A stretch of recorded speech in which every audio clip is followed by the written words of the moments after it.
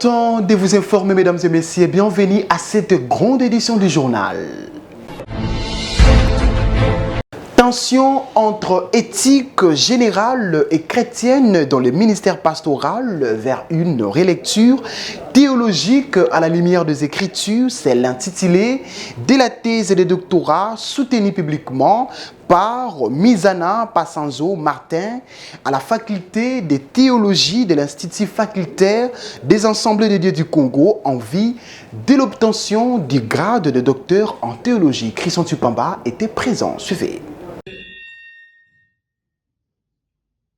Tension entre éthique générale et éthique chrétienne dans le ministère pastoral vers une relecture idéologique à la lumière des Écritures, tel est l'intitulé de la thèse de doctorat soutenue publiquement le week-end dernier par l'impétrant Martin Mizana Passanzo de la faculté de théologie de l'Institut facultaire des Assemblées de Dieu du Congo, IFADC. Face à un jury mixte, le candidat a développé une argumentation soutenue mettant en évidence la nécessité de révisiter les fondements théologiques afin de mieux concilier les exigences de l'éthique générale avec celles propres à la foi chrétienne dans l'exercice du ministère pastoral. Selon Mizana Passanzo, cette relecture à la lumière des Écritures constitue une piste essentielle pour résoudre les tensions observées. Il a également insisté sur l'importance pour chaque ministère de valoriser ses principes intrinsèques afin d'adopter un comportement exemplaire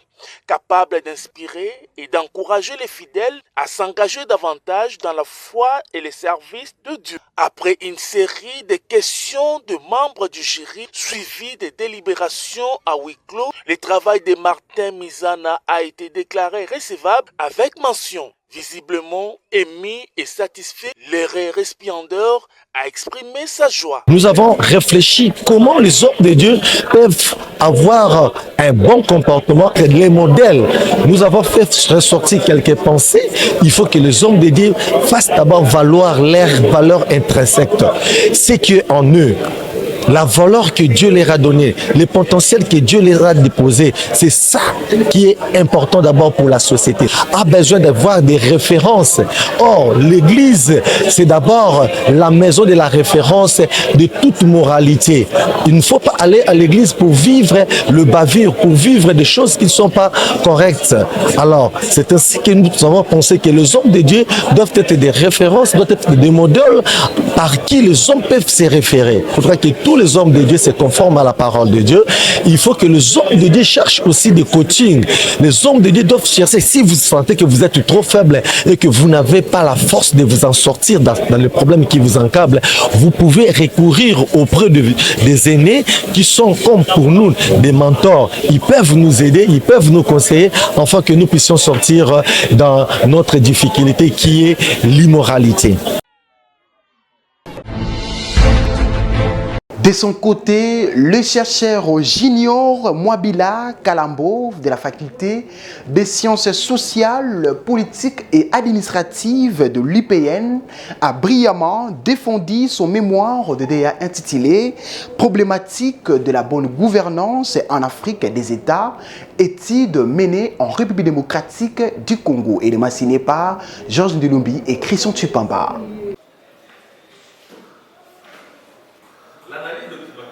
À l'Université pédagogique nationale, précisément à la faculté des sciences sociales, politiques et administratives, département des relations internationales, chercheur junior Mwabila Kalambo a brillamment défendu son mémoire d'idées intitulé « Problématique de la bonne gouvernance en Afrique des États, études menées en République démocratique du Congo ». Dans une démonstration rigoureuse, l'impétrant a mis en évidence la crise de confiance entre gouvernés et gouvernants, nourri par les dysfonctionnements des institutions et un sentiment d'exclusion des élites. Selon lui, cette fracture alimente frustration et rébellion avec des répercussions bien au-delà des frontières nationales. Questionnant les standards de gouvernance souvent perçus comme imposés de l'extérieur, il a toutefois insisté sur des piliers universels incontournables, à savoir la justice distributive et le respect des lois. Pour les cas de la RDC, il souligne que l'instabilité chronique trouve en partie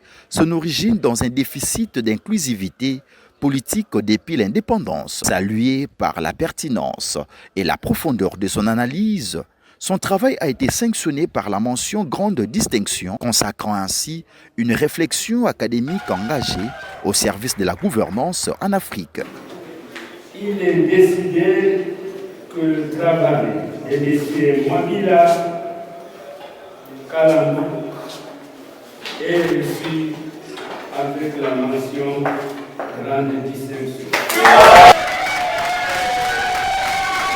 En sortant de la salle, l'heureux du jour a précisé ce qui suit. L'Afrique en général et la RDC en particulier est habitat des crises pluridimensionnelles. Il y a des crises sécuritaires, il y a des rébellions répétitives et nous avons estimé que c'est à la base la mauvaise gouvernance. Ici, la mauvaise gouvernance consiste, n'est-ce pas, à exploiter il manque total de la justice distributive, un non-respect des textes de la République et qui, n'est-ce pas, dans les chefs des citoyens crée une frustration et ces derniers, n'est-ce pas, se révoltent contre les dirigeants et l'idée c'était de suggérer aux États africains de considérer les variables internes, c'est-à-dire à l'encontre de la bonne gouvernance, de lutter contre la corruption, en fait de se faire une place sur la scène internationale. Nous avons recommandé au pays de prendre les bonnes valeurs, les côtés positifs de la bonne gouvernance tels qu'imprimés par les Occidentaux, afin de les contextualiser avec les réalités internes.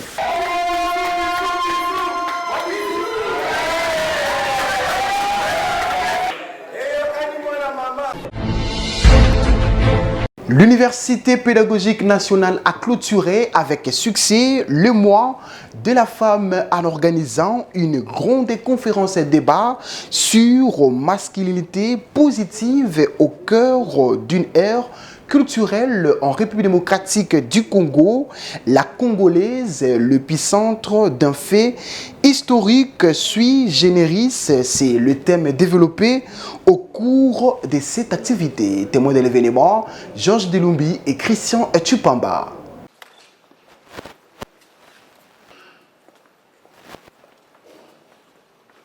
Dans un contexte où les institutions académiques congolaises sont appelées à se réinventer pour répondre aux défis contemporains, les centres de recherche et d'éducation pour le développement créés dans le sigle de l'UPN s'impose aujourd'hui comme un modèle de dynamisme et de transformation. À la manœuvre de cette métamorphose remarquable, le professeur Tupamba, directeur du centre, dont le leadership visionnaire redonne au CRED ses lettres de noblesse. En célébrant la femme en séjour, la rectrice de l'UPN, professeur ordinaire Yvonne Bébéké, a notamment mis en lumière l'importance d'une éducation à la citoyenneté qui intègre le question des genres tout en valorisant le rôle central de la femme congolaise dans les mutations sociales. À la masculinité positive prônée par notre président de la République, j'ai cité son Excellence Félix Antoine Tshisekedi Tshilombo.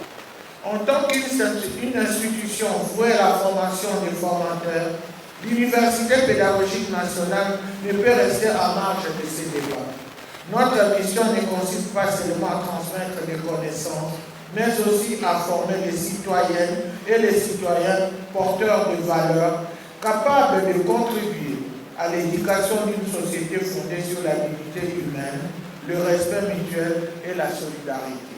Sur ce, je déclare ouvert les travaux de cette conférence axée sur la masculinité positive. Longtemps perçu comme un cadre académique discret, le CRED connaît désormais un souffle nouveau, impulsé par une série de réformes structurelles et intellectuelles. Sous l'impulsion du professeur Tupamba, le centre s'est engagé dans une modernisation de ses approches pédagogiques, une redéfinition de ses priorités scientifiques et une ouverture accrue sur les problématiques sociétales majeures. Cette dynamique a permis de repositionner le CRED comme un véritable laboratoire d'idées au service du développement humain et social en République démocratique du Congo. C'est dans cette logique de renouveau qu'a été organisée cette conférence universitaire sur l'éducation à la citoyenneté, un événement scientifique d'envergure qui a réuni les autorités venues de tous les horizons, chercheurs, enseignants, étudiants et particulièrement les femmes de l'enseignement supérieur et universitaire autour d'une problématique aussi cruciale que stratégique, la masculinité positive dans le contexte culturel congolais. Les différentes communications présentées ont exploré avec rigueur scientifique et sensibilité culturelle les contours d'une masculinité repensée fondée sur le respect, la responsabilité et la complémentarité avec la femme. Les intervenants ont unanimement reconnu que la promotion d'une masculinité positive constitue un levier essentiel pour l'émergence d'une société plus équitable et harmonieuse. Mais au-delà des discours, c'est l'engagement concret des autorités du CRED de l'UPN qui a marqué les esprits. Par des initiatives innovantes, des collaborations stratégiques et une volonté affirmée de faire du centre un espace inclusif et performant, le professeur Tshipamba et son équipe démontrent une capacité indéniable à transformer les idées en action. La cérémonie des clôtures du mois de mars dédiée à la femme a été marquée par la remise de prix honorifiques décernés par le secrétaire général académique de l'UPN au nom de la rectrice. Ces distinctions visaient à saluer la bravoure, la détermination et les efforts constants de quelques autorités au niveau interne et externe de l'UPN dans la promotion de l'épanouissement de la femme et du développement académique. Ainsi, le CRED s'affirme aujourd'hui comme un pôle d'excellence en pleine ascension, porté par une gouvernance éclairée et des réformes ambitieuses, a martelé son directeur, le professeur Tshipamba. C'est le dernier jour du mois de mars. C'est un jour de clôture de toutes les manifestations relatives à la femme. C'est un moment solennel, un centre de recherche comme le nôtre, d'organiser cette conférence universitaire en faveur de la femme, étant entendu que la femme est la source de vie. C'est une joie immense d'organiser cette conférence universitaire sur la masculinité positive prônée par le chef de l'État, Félix Antoine Tshisekedi Tshilombo. Tout s'est passé dans une ambiance historique.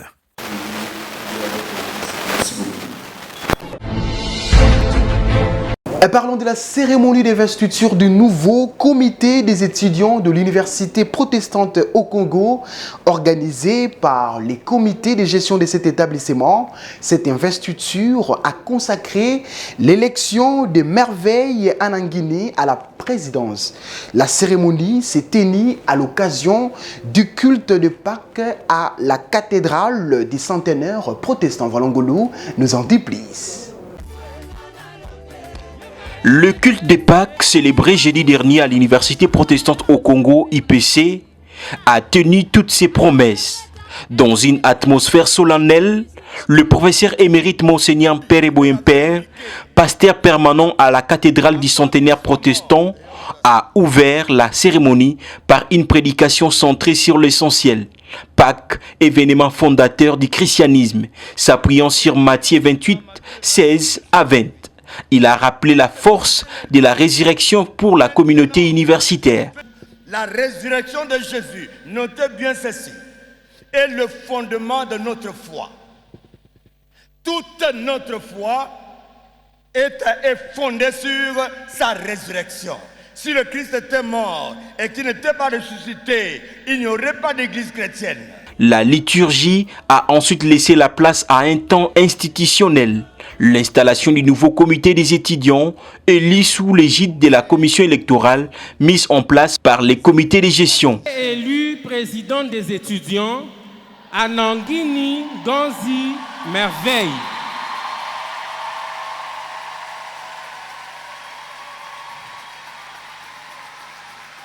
Limo Junior a transmis les flambeaux à Merveille Anangini Nganzi, nouvelle présidente élue.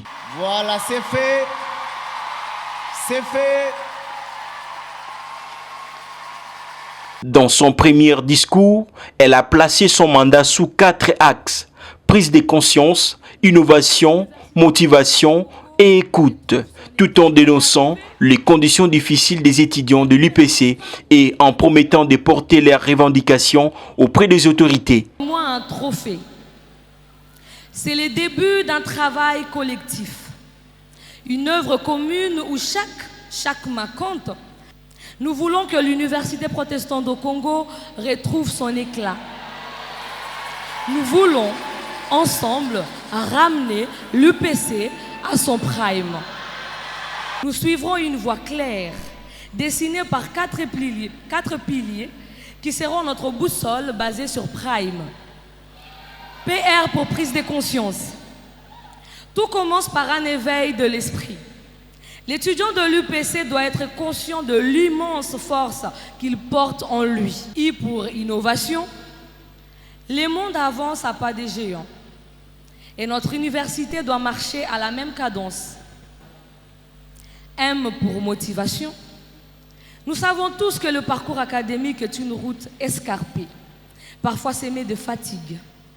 C'est pour cela que nous voulons valoriser nos efforts, que ce soit dans l'intimité des auditoires ou dans l'effervescence de nos activités culturelles.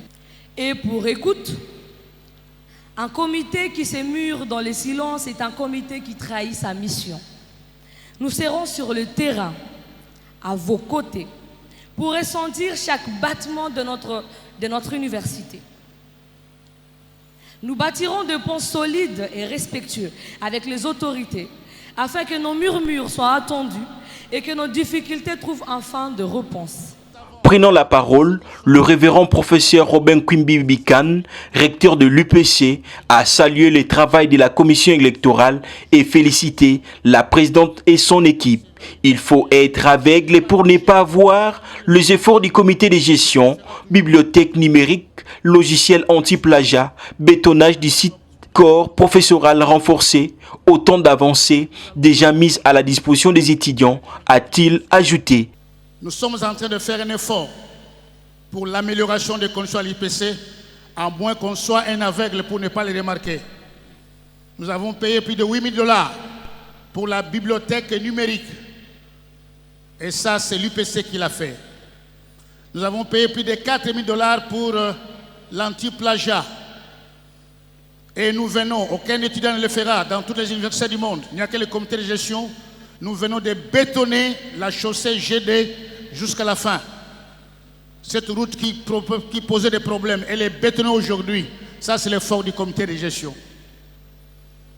Nous avons fait un effort pour que vous ayez des professeurs de qualité. Vous avez la grâce d'avoir des savants, des professeurs qui sont connus à travers le monde. Ça, c'est l'effort du comité de gestion. Ce qu'on vous demande, vous, c'est de bien étudier. L'aumônier l'a dit, de ne pas tricher, ne pas amener le mercenaire. Mais l'UPC fera toujours beaucoup d'efforts pour l'amélioration de vos conditions. Mais n'oubliez pas, le comité des étudiants est soumis au règlement de l'UPC. Nous sommes une institution de l'Église. Mais rassurez-vous que vous aurez la main forte du comité de gestion. Quelques communiqués lus par le secrétaire général à la recherche et académique ont clôturé la matinée dans un sentiment général de satisfaction. Comme on le dit, après la pluie, le beau temps, l'UPC semble vouloir tourner des difficultés pour bâtir, avec ses étudiants, une nouvelle saison.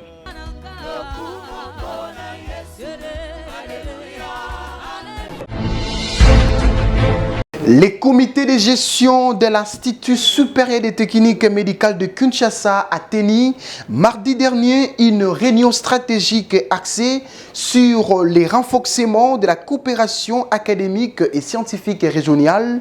Cette rencontre a réuni une délégation du Centre inter-État d'enseignement supérieur en santé publique d'Afrique centrale en présence des assistants et de la coordination de l'école doctorale. Et les massigné par Tonton Biongo. Suivez.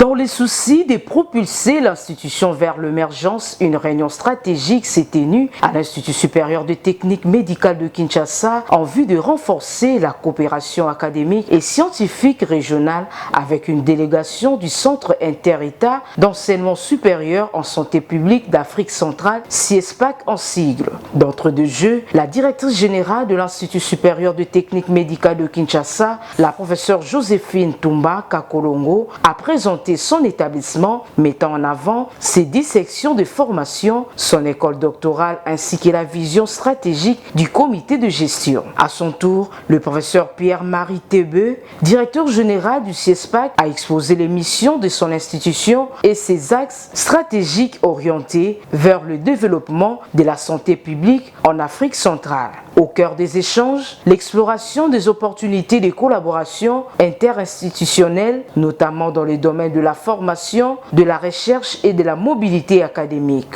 Des perspectives concrètes de partenariat ont également été envisagées pour renforcer les capacités en santé publique. Les deux responsables se sont exprimés en ces termes. Cette rencontre visait, pour nous, qui nous sommes déplacés de Brazzaville, siège du CIESPAC, à rencontrer l'ISTM, qui est une très grande institution, une institution de grande renommée dans le pays et au niveau international, pour que nous puissions conjuguer les efforts d'un partenariat gagnant-gagnant. Parce que toutes nos deux institutions dispensent des formations académiques et professionnalisantes pour la mise à disposition pour l'ISTM de la République démocratique du Congo et même au-delà des ressources humaines en santé. Et pour le CIESPAC, pour les 6 États de la CEMAC, dont le Cameroun, la Centrafrique, le Congo, le Gabon, la Guinée équatoriale et le Tchad, mise à disposition des ressources humaines en santé publique, conformément aux vœux des chefs d'État de ces 6 pays. Étant donné que l'ISTM Kinshasa voudrait devenir un référent dans le domaine des sciences de la santé dans la sous-région, dans la région de l'Afrique centrale notamment, voilà pourquoi elle doit absolument s'ouvrir au monde. Donc pouvoir faire des recherches uniquement en vase clos, cela n'est pas productif du tout. Alors dans la vision du comité de gestion de l'ISTM Kinshasa, il s'agirait de pouvoir faire de l'ISTM un établissement leadership transformationnel dans le domaine des sciences de la santé au service de la communauté, de la société.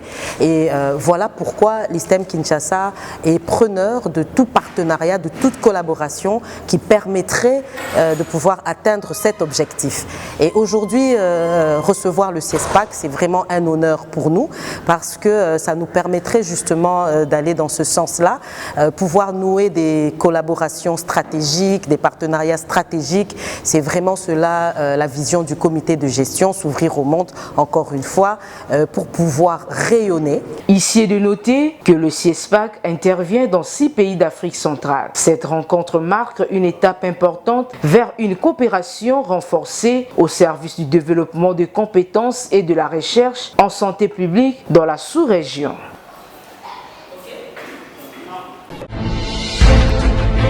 La fondation Fumutoto Basanga Kumunjeyi a clôturé mardi 7 avril 2026 le mois de mars dédié aux droits de la femme à l'occasion de l'anniversaire de naissance de son fondateur en présence des étudiants et des membres de la fondation. À cette même occasion, un point de presse axé sur la politologie de la Constitution a été animé par Fumutoto Basanga au siège de la fondation située à Terre Jaune dans la commune de Lansele.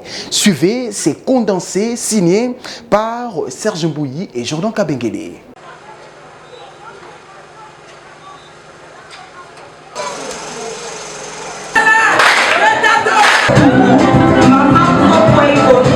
C'est sous une ambiance électrique animée par les membres de la fondation Fumutoto Basanga Kumunjeyi qu'a débuté la cérémonie de clôture du mois de la femme. Une activité initiée à l'occasion de la célébration de l'anniversaire de naissance du défenseur du peuple congolais Fumutoto Basanga au siège social de la fondation située à Terre Jaune dans la commune de Lansele. À en croire la présidente de la fondation Basanga Eko Irissine dans son mot de circonstances devant les étudiantes et les femmes membres de cette fondation, cette activité a visé selon lui à stimuler les femmes et les jeunes filles à se prendre en charge pour leur autonomisation. Elle a également salué les champions de la masculinité positive, le chef de l'État Félix Antoine Tshisekedi Tshilombo, pour avoir rendu possible la nomination de Judith Suminwa au poste de la première ministre de la RDC, pour ne citer que ça.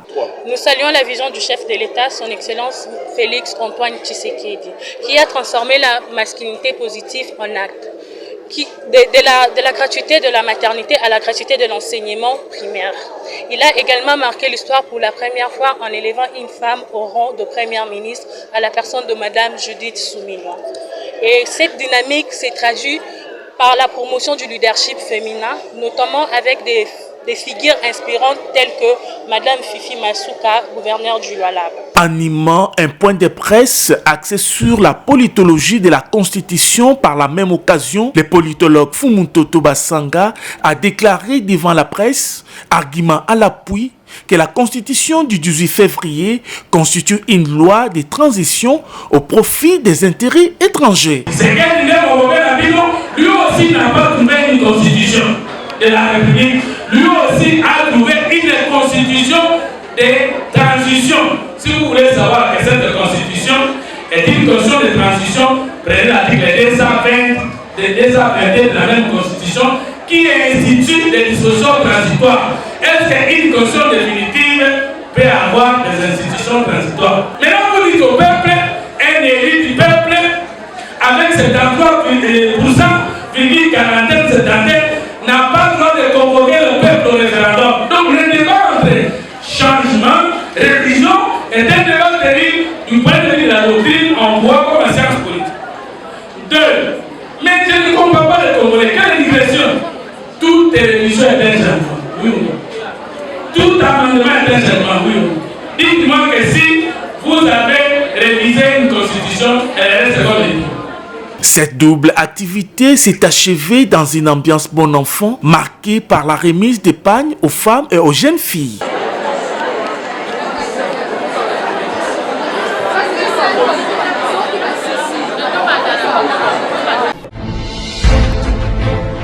Bouclons cette édition par ces communiqués nécrologiques. Les familles Kanga et Mpoussa ont la profonde douleur d'annoncer le décès de leur père, époux, beau-frère, oncle, grand-père et arrière-grand-père, le professeur émérite Jean Kanga Kalemba Vita, survenu le jeudi 26 mars 2026 au centre hospitalier Moncolé.